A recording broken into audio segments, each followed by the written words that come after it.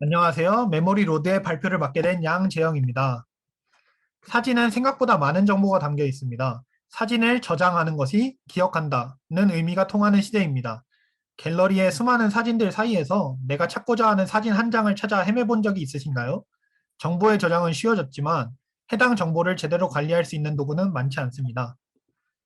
사진을 단순히 저장만 하는 것이 아니라 사진들 간의 연결고리를 생성해 기억을 범주화시키고 싶었습니다.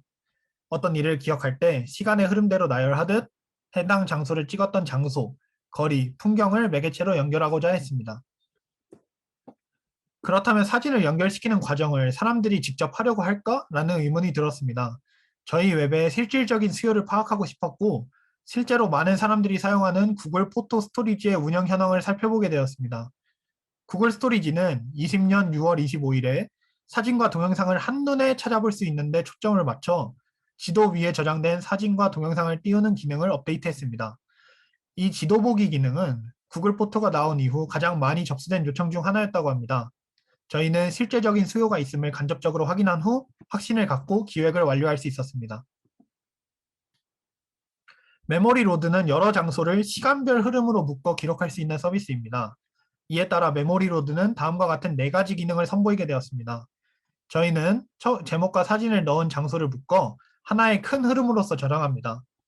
이를 스토리 카드로 관리하여 사용자가 기억하기 쉬운 방식으로 필터링할 수 있게 합니다. 저장되었던 스토리 카드는 공개, 비공개 여부가 있어 공개된 카드를 검색할 수 있습니다. 이렇게 쌓인 스토리 카드들을 서울특별시 지역구별 카드 분포도를 보여주게 되어 장소별 통계를 나타낼 수 있도록 기획되고 설계되었습니다. 실제로 루트를 생성하는 페이지입니다. 검색창에 키워드를 검색을 하게 되면 그에 맞는 회색 핀이 찍히게 되는데 회색 핀에 가서 원하는 장소를 찍어 제목과 사진을 입력해서 저장을 할 수 있습니다. 이렇게 저장을 하면은 첫 번째 장소가 저장이 되게 되는데요. 이 루트의 첫 번째 장소가 저장이 됨과 동시에 사이드바에 기록이 되게 됩니다. 이 사이드바에선 루트의 시간을 늘리거나 줄일 수도 있고 이 첫 번째 장소 그리고 곧 두 번째 장소도 저장을 했다면 그 장소들 간의 순서도 조절할 수 있습니다. 이런 식으로 저장된 카드를 내 루트 보관함에서 전부 확인해 볼 수 있습니다. 스토리 카드를 클릭해서 확대해서 정보를 볼 수도 있고 색깔, 장소별로 필터링을 해서 스토리 카드를 관리할 수 있습니다. 카드를 전부 작성한 후에 클릭을 해서 루트 수정을 버튼을 누르게 되면 루트를 수정할 수 있습니다. 루트 생성 때와 동일한 방식으로 수정을 거칠 수 있게 되는데 수정 과정을 거쳐 저장하게 되면 카드의 정보가 수정되어서 기록이 됩니다. 혹여나 루트가 이제 더 이상 필요가 없다거나 마음에 안 든다거나 하는 경우에는 스토리 카드에서 삭제 요청을 보내서 루트를 삭제할 수 있습니다. 이 경우 루트 복원함에서 제거되어 좀 더 깔끔하게 루트 페이지를 관리할 수 있습니다. 내 루트 모아보기 페이지입니다. 사용자가 작성한 루트를 모아볼 수 있는 페이지입니다. 각 장소별로 간단한 정보가 담겨 있고 색상별로 필터링이 될 수 있도록 구현이 되어 있습니다. 핀을 클릭하게 되면 아래에 사진이 나열되게 되는데 이 사진 나열된 것들은 스크롤이 가능하고 사진을 클릭할 시에 확대되어서 볼 수 있도록 기능이 구현이 되어 있습니다. 공유 루트 탐색입니다. 처음 오면은 지역구별 분포도 그림을 통해 루트들의 분포도를 확인할 수 있습니다. 각 지역별 분포도 그림을 내려가게 되면은 모든 공개된 루트들이 회색으로 표시가 되어 있게 구현이 되어 있습니다. 이 공유 루트들은 단순히 이런 식으로 볼 수 있는 것만이 아니고 공유 루트를 검색을 통해서 원하는 루트를 검색할 수 있습니다. 필터링된 카드를 클릭하면 저장된 곳으로 지도 화면이 이동하여 사용자가 확인할 수 있도록 구현이 되어 있습니다. 이 또한 필터링 과정을 거칠 수 있도록 구현되어 있습니다.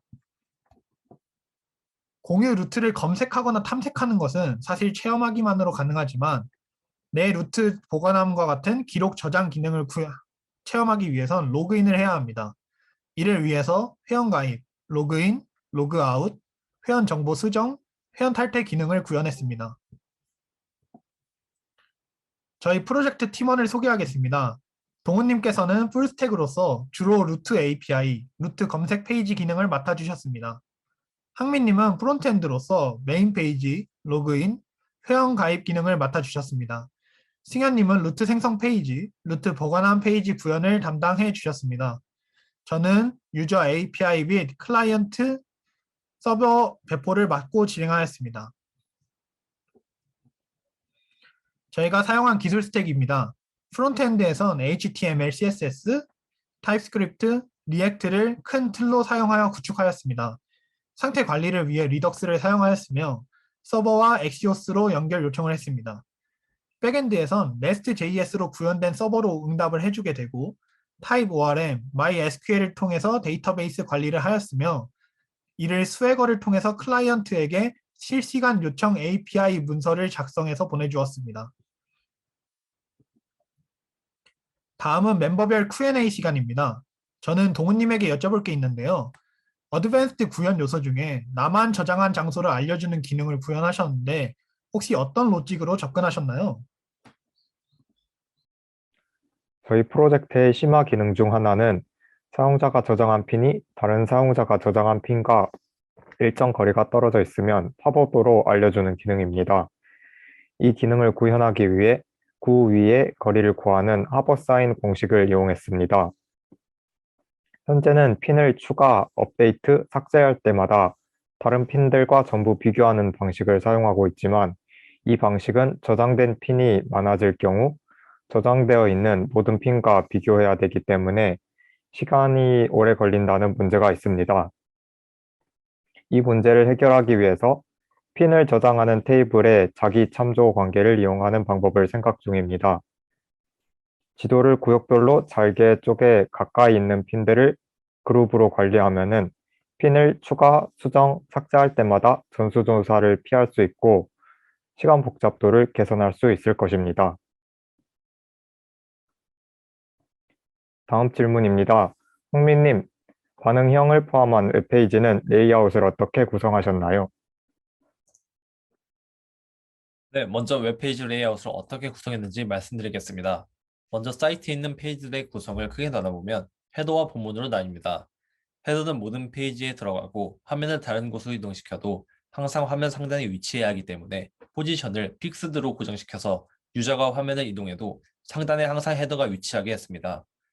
본문의 경우 각 페이지마다 구성이 조금씩 다르지만 카카오지도 API가 들어가지 않는 페이지는 그리드로 구성을 했습니다. 그리드는 화면을 가로와 세로 격자로 나누어서 각 격자에 엘리먼트 요소들을 배치시켜 페이지 본문의 레이아웃 구성을 쉽게 해주었습니다. 그리드는 화면을 격자로 나눌 수도 있지만 나눈 격자들을 다시 합칠 수 있어서 유연하게 화면을 구성할 수 있었습니다. 다음으로 반응형 디자인은 어떻게 나누는지 말씀드리겠습니다. 사용자가 사이트를 접속한 기기에 따라 사용자가 보는 화면이 달라지는 반응형 디자인은 사용자가 접속한 기기가 모바일 또는 태블릿인 경우와 PC인 경우로 나누어서 구성했습니다.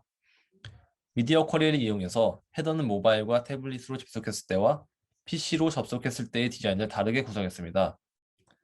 본문은 그리드의 속성값이 달라졌습니다. 홈화면의 경우 화면의 틀을 잡아주는 엘리먼트들은 미디어 쿼리로 일일이 크기를 지정해줄 필요 없이 모바일, 태블릿, PC에 따라 각각 그리드 템플릿 로즈와 그리드 템플릿 칼럼지를 다르게 설정해서 그리드의 상하좌우 비율만 다르게 해주면 유저가 접속한 기기에 따라 최적화된 화면을 보여줄 수 있었습니다. 이렇게 그리드와 미디어 쿼리로 레이아웃을 잡으면서 방향 웹페이지를 구성할 수 있었습니다.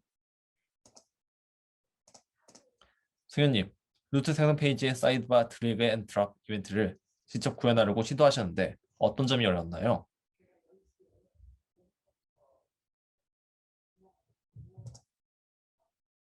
네, 일단 사이드바에서 실행되는 기능부터 설명드리겠습니다.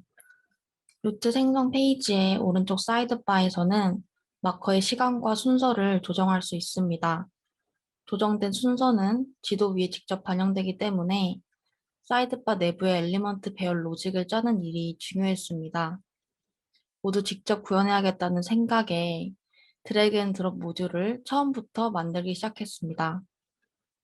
첫 번째 박스는 자바스크립트 내의 이벤트인 드래그 앤 드롭을 사용해 구현한 결과이고, 두 번째 박스는 인터랙트 JS라는 오픈 소스 라이브러리만 사용해 구현한 결과입니다.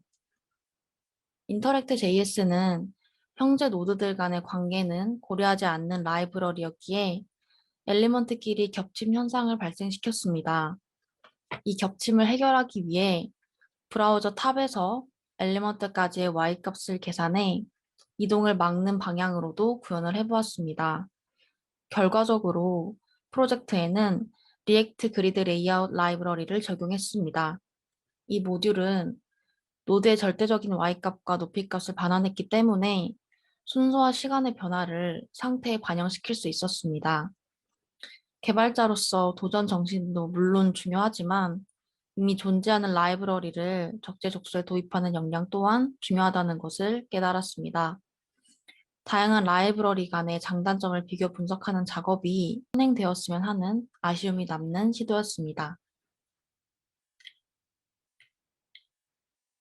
네, 재영님, 지도 검색 페이지에 가보면 서울특별시 지역구 표식을 지도에 올려놓으셨는데 이걸 넣기 위해 어떤 시도들을 하셨나요? 우선 지역구의 형태를 띄우기 위해 행정구역도 좌표 데이터를 찾았습니다. 제공받게 된 쉐입 파일 중에서도 SHP 파일의 좌표에 대한 데이터가 담겨 있었지만 이를 GeoJSON으로 파싱하지 않으면 원하는 폴리곤 형태의 데이터로 담아낼 수가 없었고 그를 위해 오픈소스 GIS 툴인 QGIS를 사용했습니다. WGS84 좌표계 기준의 데이터를 받아올 수 있었는데 카카오에서는 아쉽게도 다른 기준을 사용하고 있어서 좌표계를 변환해야 했습니다. 그래서 결국 좌표계 변환까지 진행하고 나서야 원하는 데이터를 얻어올 수 있었고 원하는 데이터들로 폴리곤을 찍어내어서 서울특별시 지역구 그림을 나타낼 수 있었습니다. 이상으로 메모리 로드 프로젝트 발표를 마치도록 하겠습니다. 감사합니다.